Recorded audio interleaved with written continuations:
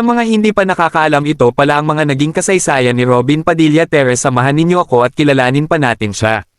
Si Robin Hood Fernando Carreño Padilla, na mas kilala bilang Robin Padilla, ay isinilang noong ika-23 ng Nobyembre taong 1969 sa Daet, Camarines Norte. Siya ay anak ni Casimero Roy Padilla Sr., isang aktor at politiko, at Lolita Eva Carreño. Sa kanyang pamilya, siya ay mayroong 47 na kapatid, kabilang ang mga half-brother at half-sister na pawang mga artista rin. Ang kanyang ama ay naging gobernador ng Camarines Norte at pumanaw sa isang pamamaslang noong 1988 habang nagkampanya para sa halalan.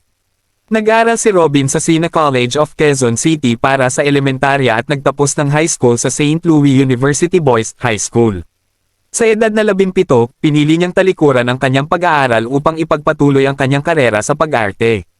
Gayunpaman, nakatapos siya ng bachelor's degree sa criminology mula sa Philippine College of Criminology. Karera sa pag-arte. Nagsimula ang karera ni Robin Padilla bilang aktor noong dekada 2080. Ang kanyang unang malaking papel ay sa pelikulang Public Enemy No. 2 noong 1985. Nakilala siya bilang bad boy ng Philippine cinema dahil sa kanyang mga papel bilang anti-hero o gangster sa mga pelikula tulad ng Anak ni Baby Ama, Grease Gun Gang, at Bad Boy. Sa kabuuan, nakagawa siya ng mahigit 50 pelikula at naging isa sa mga pinakamamahal na bituin ng masa. Sa kabila ng kanyang tagumpay, naranasan din ni Padilla ang mga pagsubok. Noong 1994, siya ay nahatulan dahil sa illegal possession of firearms at nakulong ng ilang taon. Matapos ang kanyang pagkakakulong, nagpatuloy siya sa paggawa ng mga pelikula at muling bumalik sa telebisyon.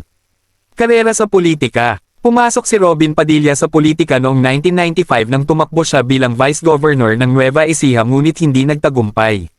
Sa kabila nito, hindi siya nawala ng pag-asa at muling sumubok na makapasok sa gobyerno.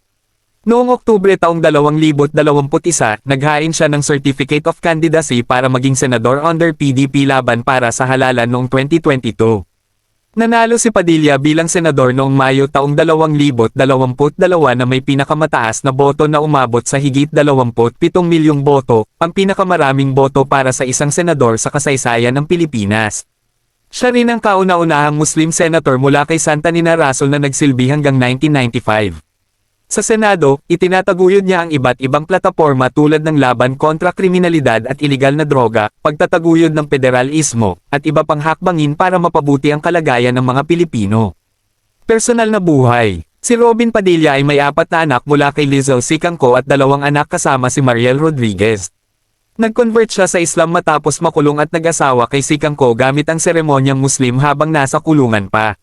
Sa kabila ng kanyang matagumpay na karera bilang aktor at politiko, patuloy siyang nakikilahok sa iba't ibang advokasya tulad ng pagtulong sa mga batang Muslim at pagsuporta laban sa malaria.